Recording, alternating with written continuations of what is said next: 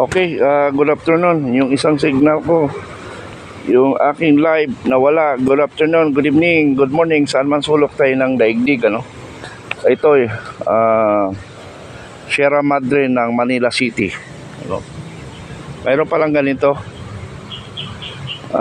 sa Manila City, ano? Ito, so tingnan natin ang Sierra Madre ng Manila City. Ito yon. So balik tayo.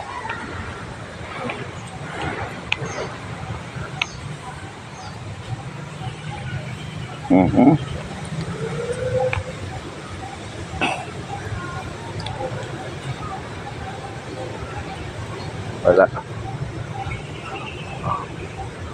Okay, paalala ko nga pala, bukas 9:30 ng umaga sa DOJ.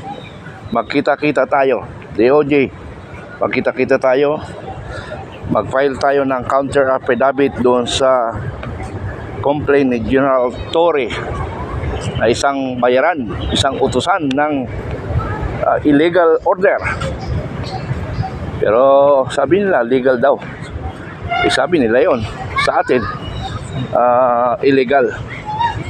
Anyway, kasi silang ang batas, sila yung masunod kung anong gusto nilang gawin. So wala tayong magawa, kanila ang gobyerno.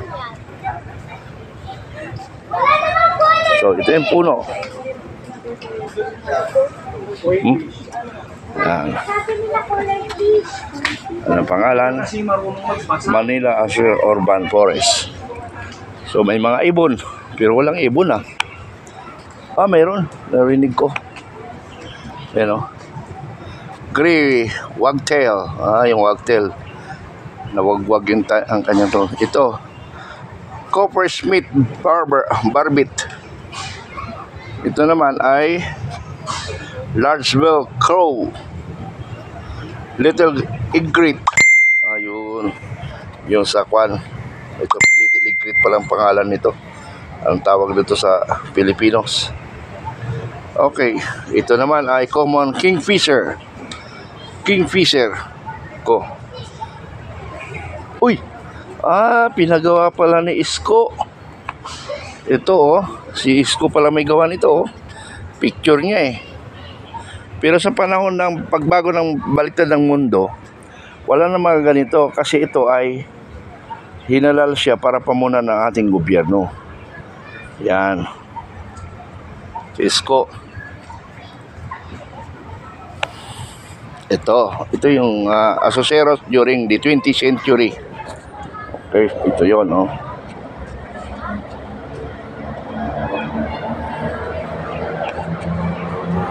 So, may naisip nga pala ako, May naisip ako sa pangangampanya bago mag-eleksyon, mayroon ako naisip na maganda para sa mga magnanakaw na mga corrupt government official, Mga corrupt government official. Mayroon akong panakala. It's either after during the election or before the campaign, manunumpa sila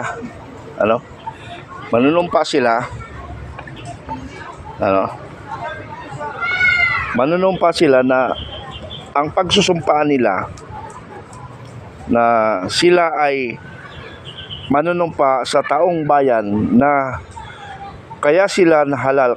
Katulad halimbawa, ako po ay si Segundo Mitran, tumatakbong presidente ng Pilipinas o ng isang municipality na aking itataguyod ang aking bayan sa abot ng aking kakayahan at pag-iingatan ko ang kayamanan, ang kalikasan at ang taong bayan sa aking pamumuno. Panindigan ko ang lahat na gawang mabuti sa aking pamunuan at paninindigan ko rin kung ano ang baluktot o nangyari o nakawan sa aking bayan.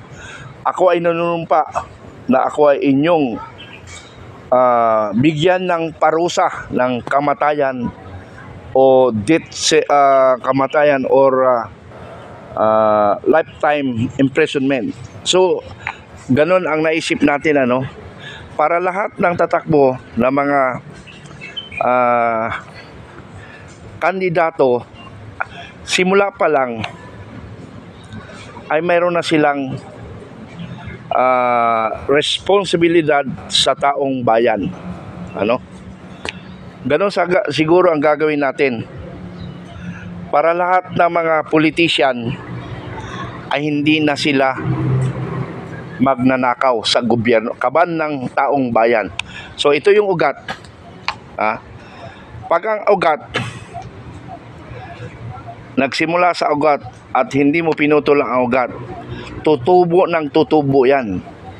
So ibig sabihin ko doon, ang lahat ng kurap ay dapat putulin para hindi na tumubo o hindi na pamarisan. So yun yung panukala ko kung ako ang masusunod o bumaliktad ang mundo, na bago sila mangampanya o manalo sa eleksyon, kailangan manumpa na sila sa taong bayan, sa harap ng taong bayan, na ako ay hindi magnanakaw. Ganun sana ang gagawin natin para ang lahat ng politician ay hindi na tatakbo kung sila ay mga kurap. Ano? So, ganun ang naisip ko, mga kababayan.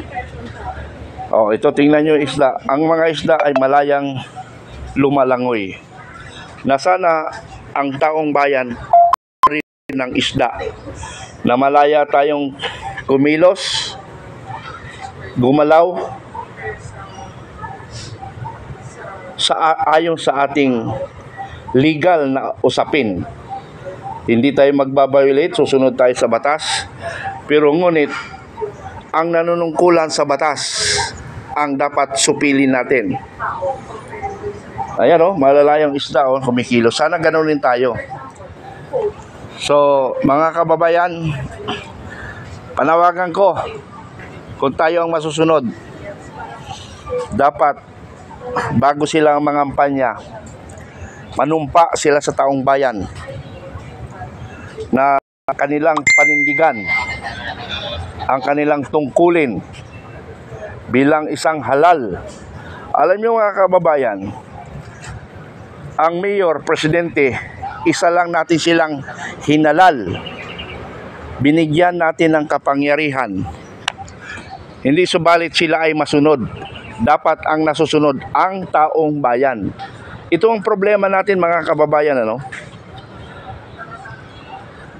Maraming matatapang na Pilipino, pero duwag sa karapatan nila ipaglaban. Kaya maraming abusadong nasa gobyerno dahil tayong mga Pilipino mismo ang nagtotolerate sa mga korap na opisyal, lalo na ang ating Pangulong Marcos Jr. na ating hinilal para pamunuan tayo. Mayroon ng pinapatupad ang batas, ang gwardiya. Kailangan dandan na tayo. Napakasarap ng buhay kung tayo ay nagkakaisa. Nagkakaisa sana ang sambayanang Pilipino para walang mga hudas magnanakaw sa gobyerno. Ano? Sana magkaisa tayo. Nang dahil sa atin rin, maraming mga magnanakaw.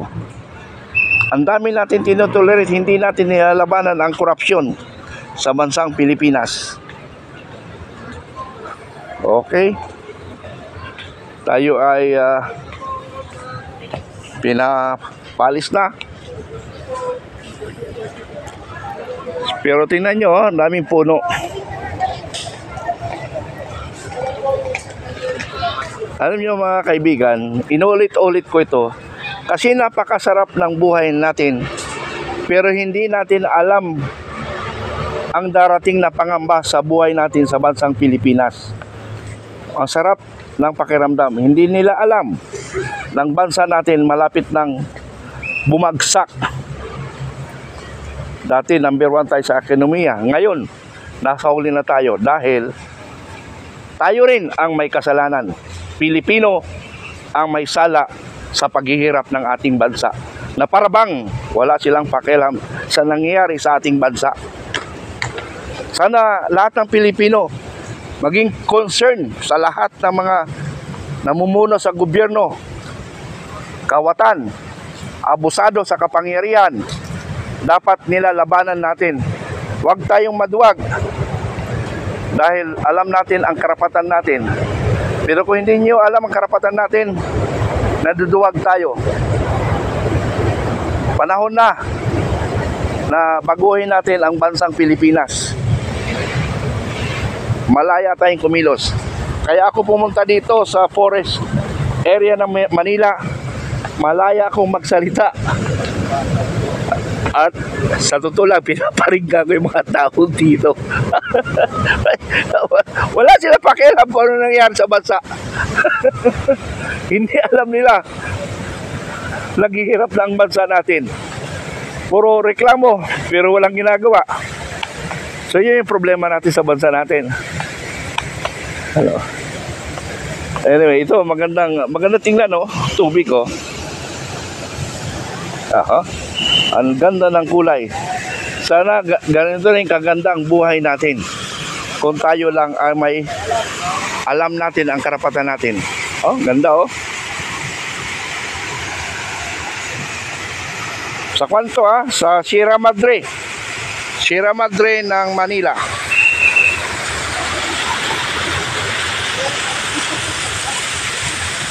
Okay. Picture sila, yung mga malabing-labing. Okay. Go lang. Ano, labas na ko yang? Opo, sir. Hanggang alas 6, anong oras? Hanggang 5 lang. Oo. So ito yung mga nagmamanage, oh. International ito. Makabayan Informative. Lumalaban sa korupsyon. Pagdating ng panahon, babalik tayo paano papatay na natin ang mga korap sa gobyerno. Kung tayo ang masusunod.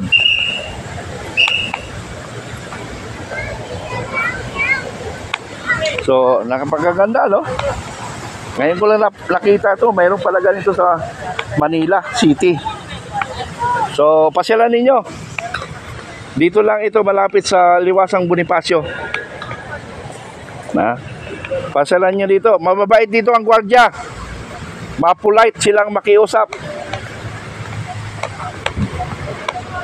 Okay. Mababait yung mga gwardiya dito, oh, katulad ni Gigori. Oh.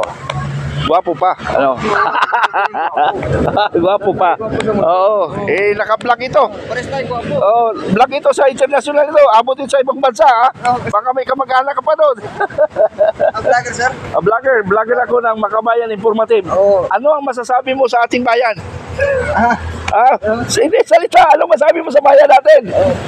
Sa bansang Pilipinas? Okay ba o ninanakaw pera natin? No comment, sir. Ay, sos. Ano naman, naduduwag naman tayo. Magnanakaw, pati si Marcos magnanakaw. Inuubos ang kaban ng bayan natin. Pero, nabudol ako. 6 million na itulong ko sa kanya. Ninakaw pala pera natin. Okay.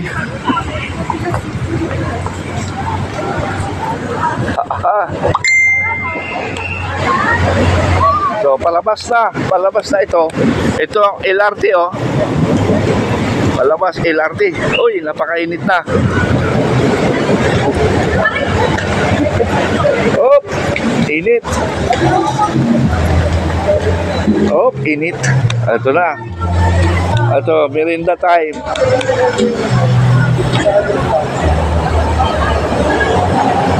Okay.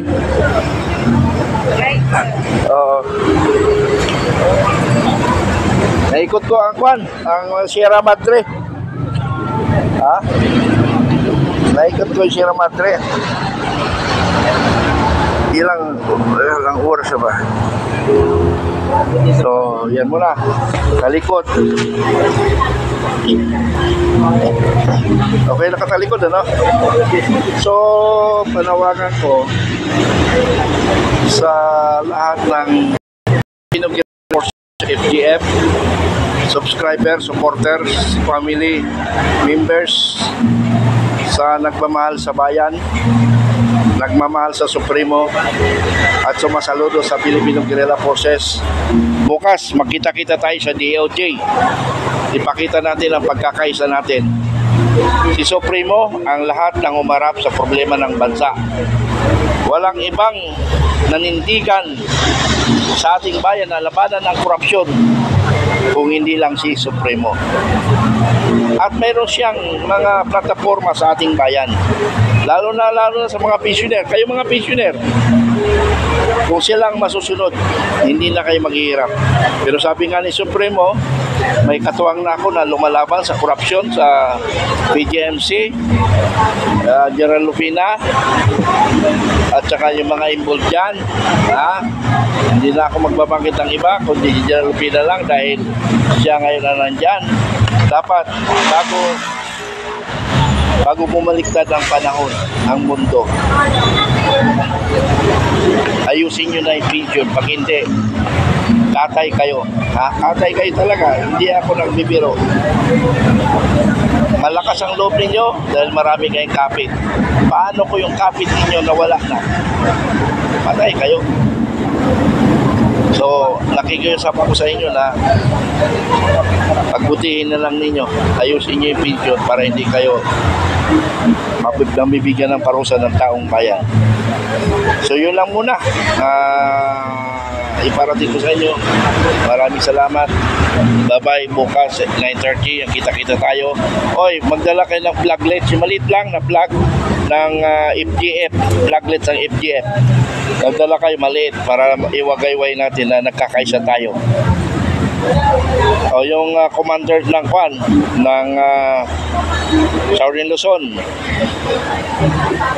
General Romy Satpar, ng kanyang deputy si Lino, yung inyong representative from Southern Luzon, Metro Manila, under General Simoy, and the chief of staff is General Willie Lucas. Ang Northern Luzon sa pamumuno ni General Oka, General Oka, yung iyong representante, yung Region 3, magparating kayo kung talagang nagkakaisa tayo tungo sa kapayapaan at pagsuporta kay Supremo. Maraming salamat.